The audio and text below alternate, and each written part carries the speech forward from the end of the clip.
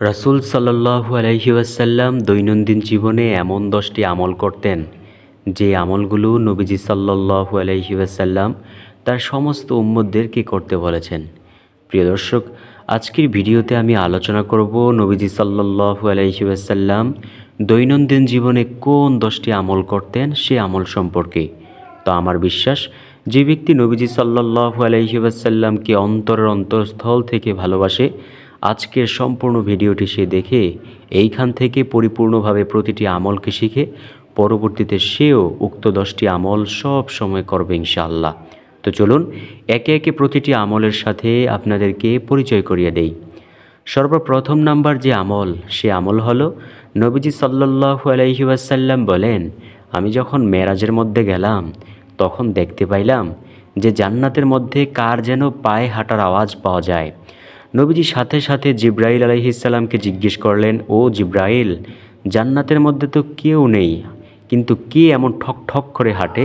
তখন জিব্রাইল আলাইহিসসালাম বলেন, ও নবী, ও প্রিয় নবী, শুনেন, এই হাঁটার আওয়াজ হলো আপনার প্রিয় সাহাবী হজরত বেলাল রাদিয়াল্লাহু তাআলা আনহুর হাঁটার আওয়াজ। নবীজি সাল্লাল্লাহু আলাইহি ওয়াসাল্লাম আশ্চর্য হয়ে গেলেন, কি, এটা বেলালের হাঁটার আওয়াজ? সে কি এমন আমল করেছে যার কারণে আল্লাহ এত খুশি হয়েছেন? দুনিয়াতে নবীজি সাল্লাল্লাহু আলাইহি ওয়াসাল্লাম এসে বেলাল রাদিয়াল্লাহু তাআলা আনহুকে ডেকে বললেন, ও বেলাল, জান্নাতের মধ্যে আমি জান্নাত গিয়ে ঘুরতে গিয়ে দেখলাম তোমার পায়ে হাঁটার আওয়াজ পাওয়া যায়। কি এমন আমল করেছো যে আমলের কারণে আল্লাহ রব্বুল আলামিন এতটা খুশি হয়েছেন? বেলাল রাদিয়াল্লাহু তাআলা আনহু বলেন, ও প্রিয় নবী, এমন কোনো আমল আমার নেই, তবে আমার জানামতে একটি আমল রয়েছে।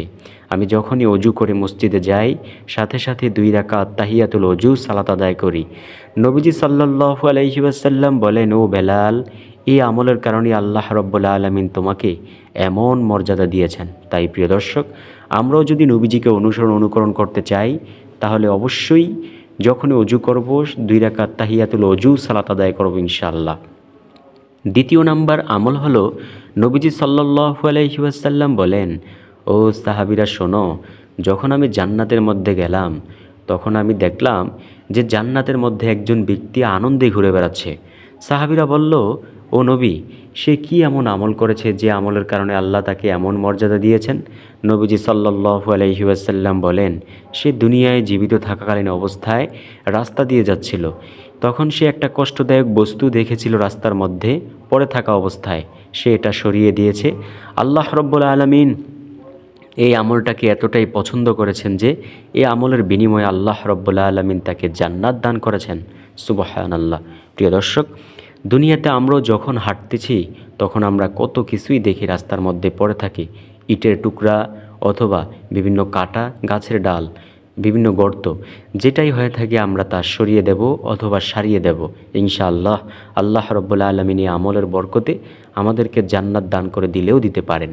তৃতীয় নাম্বার আমল হলো নবীজি সাল্লাল্লাহু আলাইহি ওয়াসাল্লাম বলেন, ও সাহাবীরা শোনো, তোমরা যদি প্রতিদিন 100 বার সুবহানাল্লাহি ওয়া বিহামদিহি বলো, তোমাদের আমলনামায় যদি সমুদ্রের ফেনা রাশি পরিমাণ গুনাহ থাকে, তারপরেও আল্লাহ রব্বুল আলামিন সেই গুনাহগুলোকে ক্ষমা করে দিবেন। নবীজি সাল্লাল্লাহু আলাইহি ওয়াসাল্লাম আরও বলেন, যে ব্যক্তি সুবহানাল্লাহি ওয়া বিহামদিহি 100 বার থেকেও বেশি পরিমাণে পাঠ করবে, আল্লাহ রব্বুল আলামিন তার আমলনামার ওজন হাশরের ময়দানে অনেক বেশি ভারী করবেন। আল্লাহু আকবার। প্রিয় দর্শক, যদি চান মিজানের পাল্লায় আপনার আমলনামার ওজন ভারী হোক, তাহলে অবশ্যই প্রত্যহ সুবহানাল্লাহি ওয়া বিহামদিহি বেশি বেশি পরিমাণে পাঠ করব ইনশাআল্লাহ। তারপরের যে আমল, সেটা হলো প্রতি ফরজ সালাতের পর আয়াতুল কুরসি পাঠ করা। নবীজি সাল্লাল্লাহু আলাইহি ওয়াসাল্লাম বলেন, যে ব্যক্তি প্রত্যেক ফরজ সালাতের পর আয়াতুল কুরসি পাঠ করবে, সে জান্নাতে চলে যাবে। আর দুনিয়ায় থাকতে তার একটি বাধা, কী জন্য সে জান্নাতে যেতে পারে না তা কি জানো? সে এখনও মৃত্যুবরণ করে নাই, এখনও জীবিত রয়েছে। যখন সে মৃত্যুবরণ করবে, সাথে সাথেই জান্নাতে চলে যাবে। সুবহানাল্লাহ।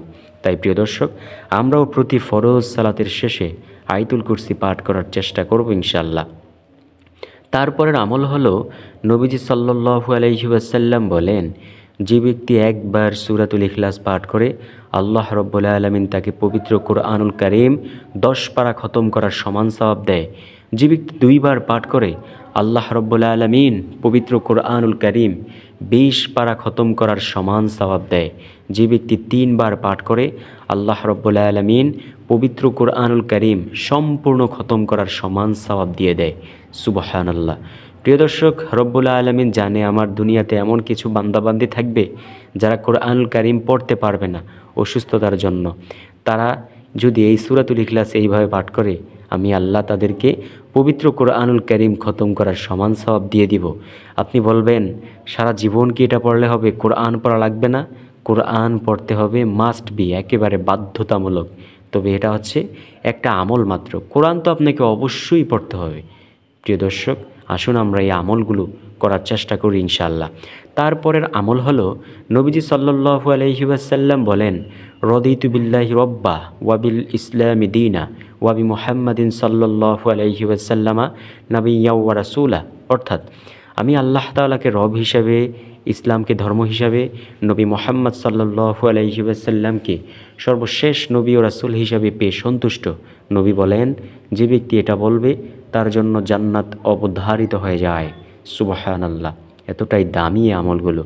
তারপরের আমল, বেশি বেশি সুবহানাল্লাহ বলা। একবার সুবহানাল্লাহ বললে আল্লাহ রাব্বুল আলামিন সাত আসমান ও সাত জমিনের মধ্যবর্তী যত ফাঁকা জায়গা রয়েছে সব জায়গাগুলো আল্লাহ নেক দ্বারা পরিপূর্ণ করে দেন। আল্লাহু আকবার। তারপরের আমল, আলহামদুলিল্লাহ বলা। আলহামদুলিল্লাহ শব্দের অর্থ আল্লাহর নিয়ামতের প্রশংসা করা। আল্লাহ বলেন, যে আমার নিয়ামত পেয়ে, নিয়ামত খাইয়া আমার নিয়ামতের শুকরিয়া আদায় করলো না, আমি তার নিয়ামত ছিনিয়ে নেই। আর যে আমার নিয়ামত পেয়ে নিয়ামতের শুকরিয়া আদায় করলো, আমি তার নিয়ামত বৃদ্ধি করি। তাই আমরাও যখনই আল্লাহর নিয়ামত ভক্ষণ করব, বেশি বেশি বলবো আলহামদুলিল্লাহ। তারপরের আমল হলো, নবীজির একটি সুন্নতকে মৃত্যু পর্যন্ত আঁকড়িয়ে ধরা। প্রিয় দর্শক, যারা দাড়ি রাখেন নাই তারা দাড়িটা রেখে দেন না, নবীজির সুন্নতের কথা চিন্তা করে। ইনশাল্লাহ কী হবে জানেন? নবী বলেন, যে ব্যক্তি আমার একটা সুন্নতকে, যে কোনো একটা সুন্নতকে, শুধু দাড়ির সুন্নত না, যে কোনো সুন্নতকে মৃত্যু পর্যন্ত আঁকড়িয়ে ধরতে পারে, আল্লাহ রাব্বুল আলামিন তাকে খুশি হয়ে 100 গলা কাটা শহীদের সমান সওয়াব দিবে। সুবহানাল্লাহ। কতটা দামি একটি আমল, বুঝতে পেরেছেন প্রিয় দর্শক? তাই আসুন আমরা নবীজির একটি সুন্নতকে জিন্দা করার চেষ্টা করব ইনশাআল্লাহ।